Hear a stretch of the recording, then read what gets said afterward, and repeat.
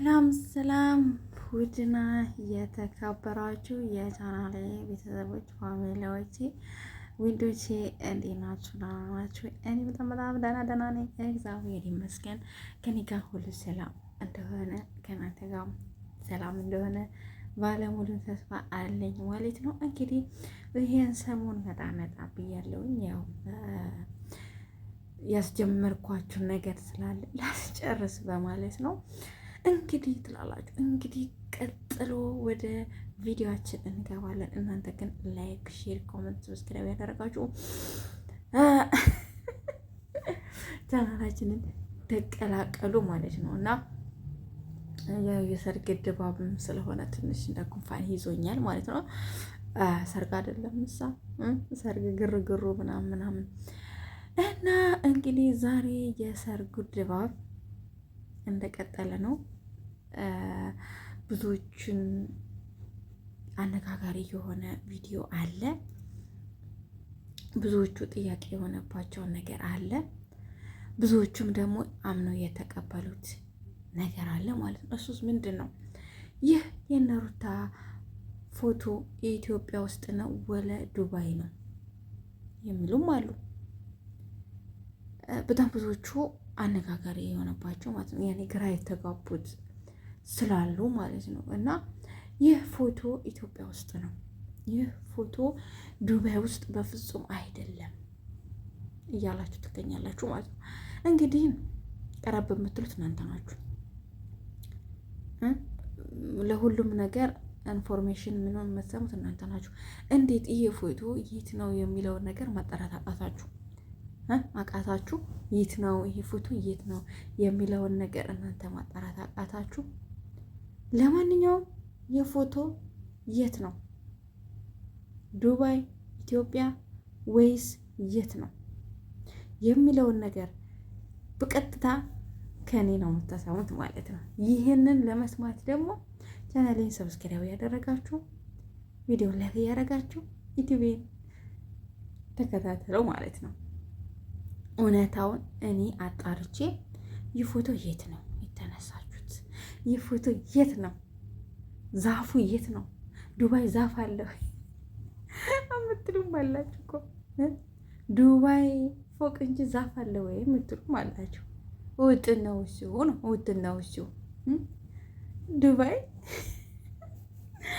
ድሮ ማለት ነው። ድሮ ሲወራ ማለት ነው ልብስ እንኳን ማስጫ የለም ይባላል እኮ ኢትዮጵያ ሆነ ስንሰማ ማለት ነው።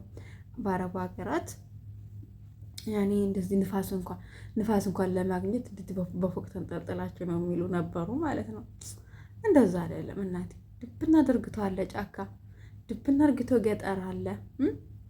ስንቱን አይተናል ማለት ነው። ስንቱን አይተነዋልኝ። አትሳሳቱ። እንደዚህ አይነት ዛፍ ዱባይ ውስጥ አለ ወይ ብላችሁ ሙግት እንዳትገቡ። ምክንያቱም ያየ ነው የሚነግራችሁ ማለት ከዚህ የባሰ ገጠር፣ ከሀገራችን የባሰ ገጠር እልም ያለ ገጠር ቤት የሌለበት ሀገራችን እንኳን እልፍ እያለ ቤት አለ። እልፍ እያለ ብዙ ነገር አለ። እዚህ ግን ምንም አታው ምድረ በዳ ምንም ነገር የሌለ ማለት ነው።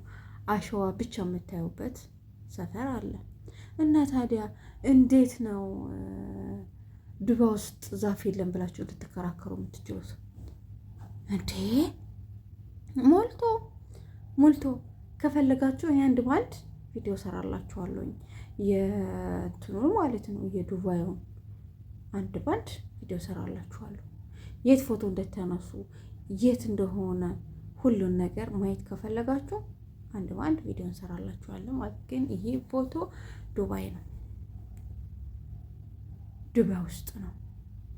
ቦታው ደግሞ የምታውቁት ያላችሁ ማለት ነው። ለማንኛውም አሁን ወደ ገደለው እንገባለን። ብዙ አነጋጋሪ የሆነ ነገር አለ። እሱስ ሙቤ የጠፋ ሙቤ በአሳዛኝ ነገር ተከስቷል። በአሳዛኝ ክስተት መጥቷል። ሙቤ በጣም በቃ እያለቀሰ ስሜቱን ገልጿል ማለት ነው። እሱስ ምንድን ነው? ሙቤ የሆነው ነገር ምንድን ነው? ሙቤና አብርሃም ምን ገጠማቸው? ሙቤ እንዴት ነው ከነ አብርሃም ተለይቶ ዱባይ ያልመጣው? ይህንንና ሌሎች ቪዲዮዎች ደግሞ በቀጣይ እሰራላችኋለሁ። እናንተ ግን ቻናሌን ሰብስክራይብ ያደረጋችሁ ቤተሰብ እየሆናችሁ ማበረታታታችሁን አትዘንጉ። እንግዲህ ለእነ አብርሃም የዘነበ ለእኛ ደግሞ ክፍ ክፍ ክፍ ክፍ የመስከረም ዝናብ ክፍ ክፍ ይበልልን ማለት ነው። እንወዳችኋለን፣ እናከብራችኋለን። ስለ ሙቢ ጉዳይ ነገ እንመጣበታለን። ምክንያቱ ምን እንደሆነ ሙቢ ቅሬታውን ያሰማበት ምክንያት ምንድን ነው የሚለውን ነገ በቪዲዮ እንመጣለን ማለት ነው። እናንተ ግን ቻናላችንን ሰብስክራይብ ያደረጋችሁ መልካም ሰርግ ይሁንላችሁ። መልካም ሰርግ፣ መልካም የሰርግ ዘመን። ያው እንግዲህ ሰርግ ብዬ አልላውም እኔ የፎቶ የመስክ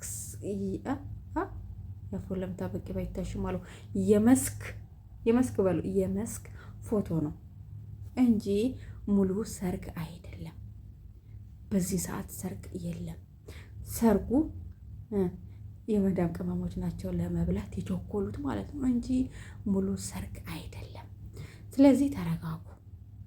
ይህ ፎቶ የምታዩት ለፎቶ እንጂ ለሰርግ አይደለም ማለት ነው።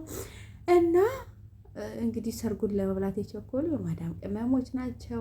የማዳም ቅመሞችዬ ደግሞ ተረጋጉ፣ ሰከን ብሎ ሰከን ያለ ቅቤ ይወጣዋል። ወተት ሰከን ረጋ ያለ ቅቤ ወተት ይወጣዋል ነው የሚባለው። ሆ ጉድ እኮ ነው።